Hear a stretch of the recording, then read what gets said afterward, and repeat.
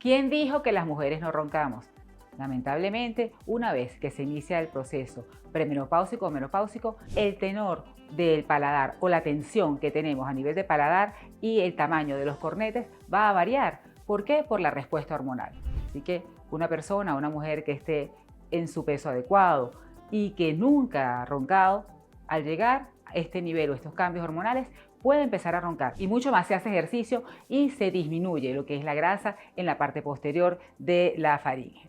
Así que las mujeres también roncamos y tenemos una solución rápida, efectiva y comprobada que tenemos aquí en Respira Libre. Las esperamos porque una respiración adecuada mejora tu calidad de vida.